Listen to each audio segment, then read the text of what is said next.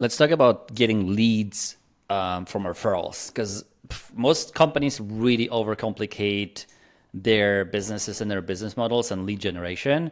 They, come up with just weird funnels, and they focus more on competitors, like what they do, instead of really focusing on their own clients, and they just basically overcomplicate the operations. And so referrals is one of the ways we get clients. And there's a lot of kind of bad rep around referrals. And one of the reasons why is because most founders, consultants, agencies go about referrals the wrong way.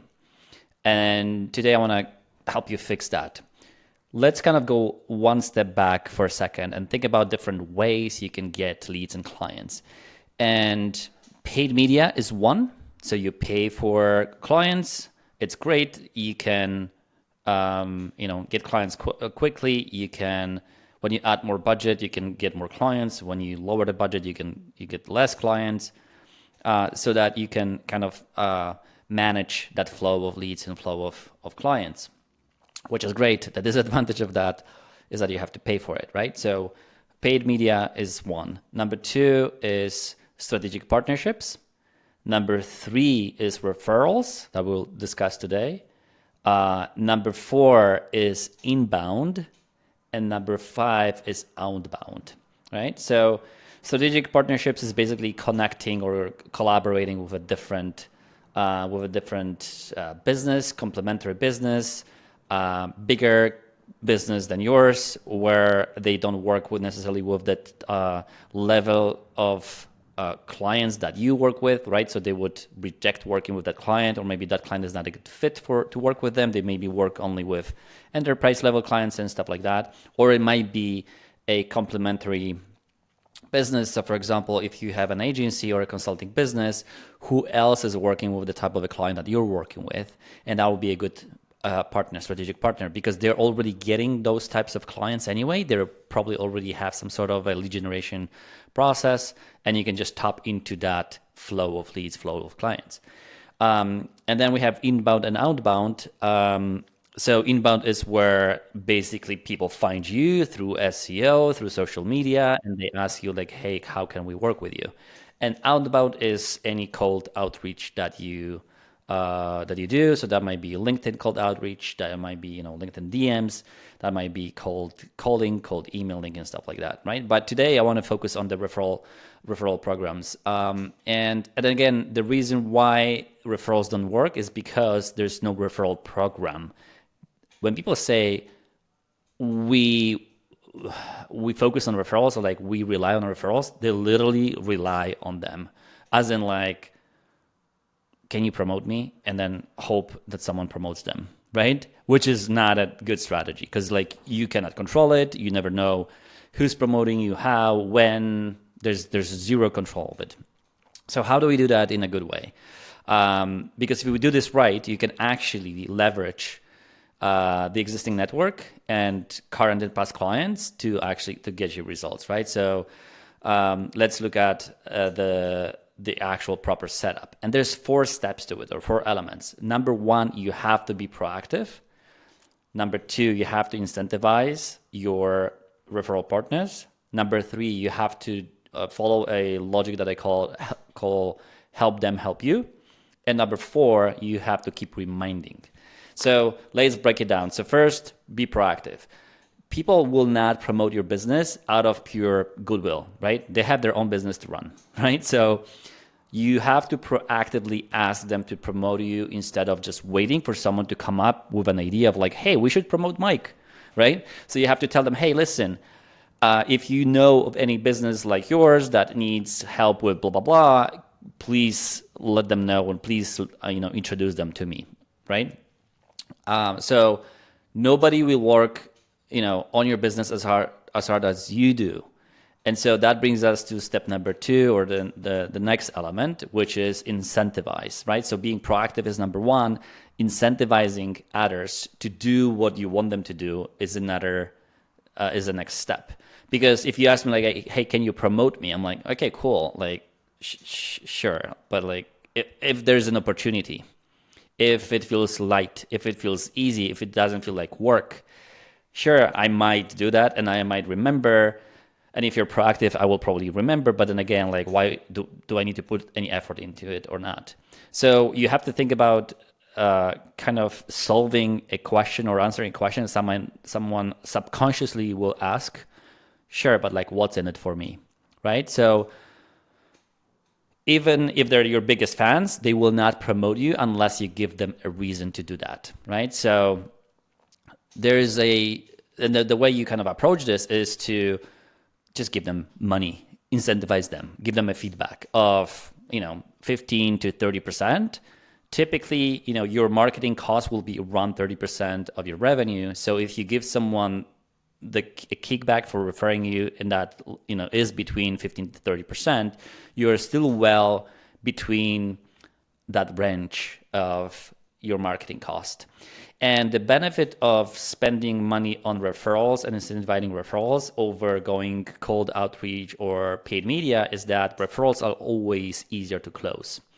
So if you can build a network of people who will support you in that sense, I would recommend that you go and incentivize them a little bit, harder, stronger, better incentivize than lower and just be and kind of greedy on that front. Like someone very recently asked me to promote them, and they gave me 5% of $497, which is really not a lot of money for me to put the effort into doing anything. I mean, of course, if someone asks me and I, kind of it connects the dots, sure, I'll do that.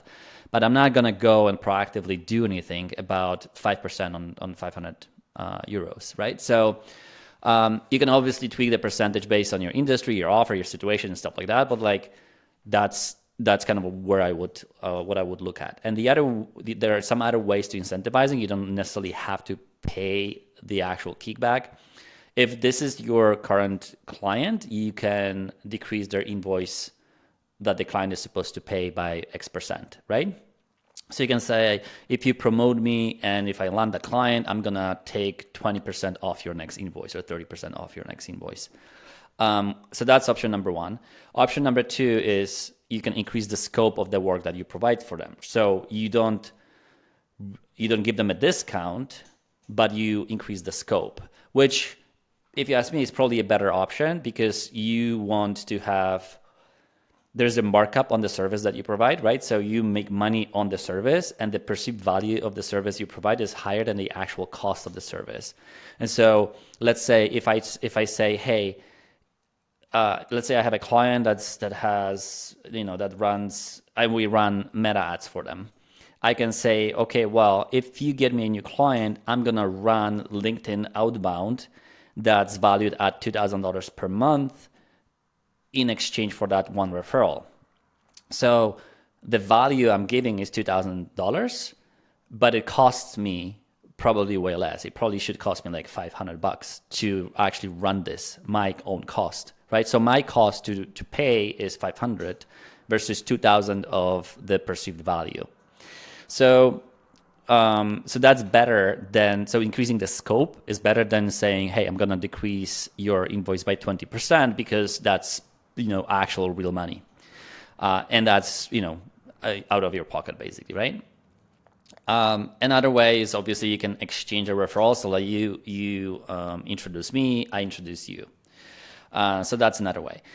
So that was point number two. So first of all, we have to be proactive. Second of all, we have to incentivize. Number three is help them help you kind of framework. And what it means is basically when you proactively request kind of someone to promote you and you give them an incentive, you have to ensure they promote you efficiently or effectively, right?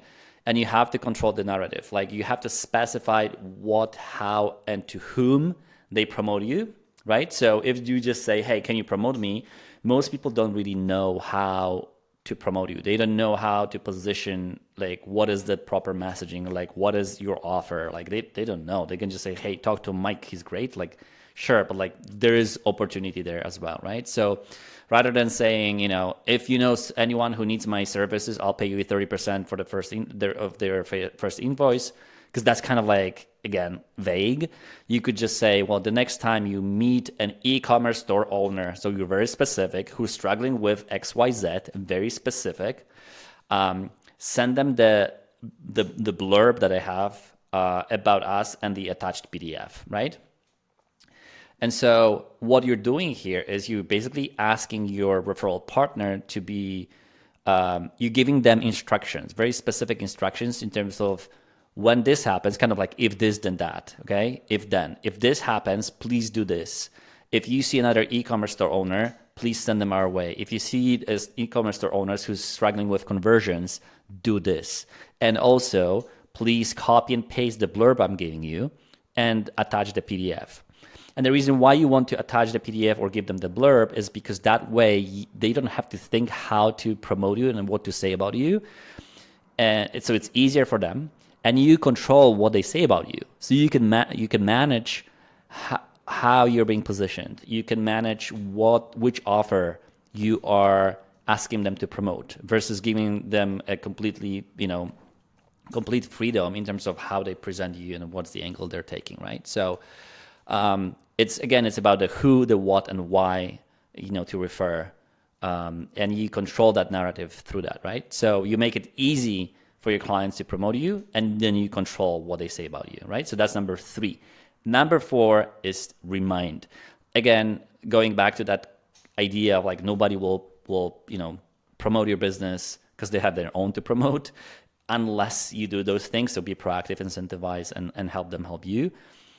People will forget. It's not that they're going to have it on the calendar like, promote Mike on Mondays, right? So you have to remind them every, whatever the cadence is. I recommend reminding yourself to them every 3 months at least, right?